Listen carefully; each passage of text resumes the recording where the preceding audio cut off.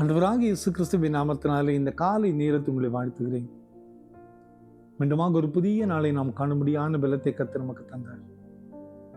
அன்பான குடும்பத்தின் மக்களே, நம்மை ஆசீர்வதிக்க ஆண்டவர் ஆயத்தத்தோடு இருக்கிறார். இந்த ஆசீர்வாதம் எப்போ வரும், எப்படி வரும் நமக்கு தெரியாது. ஆனால் அவருடைய சித்தப்படி செய்ய அவருக்கு அர்ப்பணிக்கப்பட்ட மக்களுடைய வாழ்க்கையிலே ஆண்டவர் செய்யக்கூடிய அற்புதங்கள் நினைத்து கூட பார்க்க முடியாத அற்புதங்கள். பாருங்க, யாத்ராகமம் 3ஆம் அதிகாரம் 21ஆம் வசனத்திலே, நீங்கள் போகும்போது வெறுமையாய் போவதில்லை என்று ஆண்டவர் சொல்லுகிறார். You shall not go empty handed. நீங்க போகும்போது வெறுமனே போறதே இல்லை.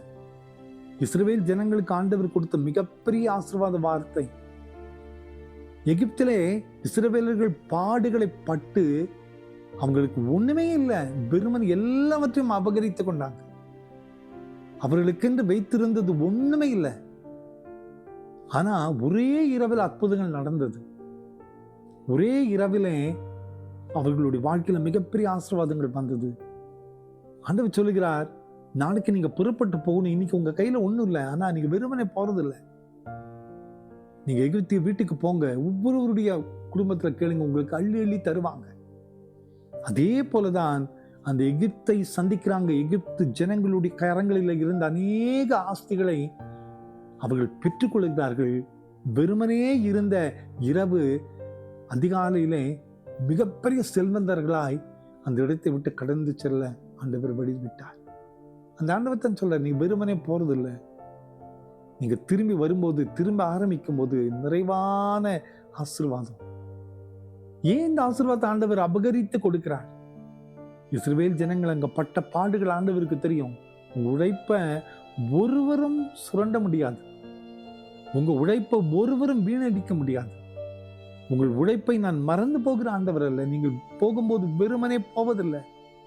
திரள் செல்வங்களோடு ஆஸ்திகளோடு எகிப்தை விட்டு இஸ்ரவேல் ஜனங்கள் திரும்பி வருவதையும் பாருங்க. அந்த ஆண்டவர் தான் சொல்லுகிறார், நீங்கள் வெறுமனே போவதில்லை. ஒருவேளை இன்னைக்கு நம்ம வாழ்க்கையில குறையாத காணப்படலாம். இந்த காரியத்தை எப்படி நான் செய்வேன், என்னால முடியாதுன்னு சொல்லி கலங்கி நிற்கலாம். இதோ இந்த செலவு, இந்த கடன், இந்த பிரச்சனை, இந்த போராட்டம், இதை எப்படி மீண்டு வருவேன் என்று சொல்லி துக்கத்தோடு நீங்கள் காணப்படலாம். ஆண்டவர் சொல்லுகிறார், கவலைப்படாதிருங்கள், நீங்கள் வெறுமனே போவதில்லை. நீங்கள் எதிர்பார்த்திராத சூழ்நிலையிலிருந்து உங்களுக்கு ஆசீர்வாதத்தை நான் தருவேன். உங்களை யாரெல்லாம் அபகரித்து எடுத்துக்கொண்டாங்களோ அவங்க உள்ளத்துல பேசாது திருப்பி நான் கொடுக்க முற்படுவேன். நிச்சயமா நீங்க பெற்றுக்கொள்ளுவீங்க. நம்ம வரும்போது நிறைவோடு தான் நீங்கள் புறப்பட்டு போவீர்கள் என்று ஆண்டவர் சொல்லுகிறார். அன்பான குடும்பத்தின் மக்கள், இந்த காலை நேரத்தில் ஆண்டவர் நமக்கென்று வைத்திருக்கிற ஆசீர்வாதங்கள் மிகப்பெரியது. அந்த ஆசீர்வாதத்தை நிச்சயமாய் நமக்கு தருவார். கவலைப்படாதிருங்கள். கர்த்தர் நம்மை நினைவு கூர்ந்து நமக்கு சேர வேண்டிய, நியாயமாய் கிடைக்க வேண்டிய ஆசீர்வாதங்களை நிச்சயமாய் நமக்கு தருவார். அது சுதந்திரித்துக் கொள்ளக்கூடிய நேரம் வந்துவிட்டது. ஜெபிப்போமா.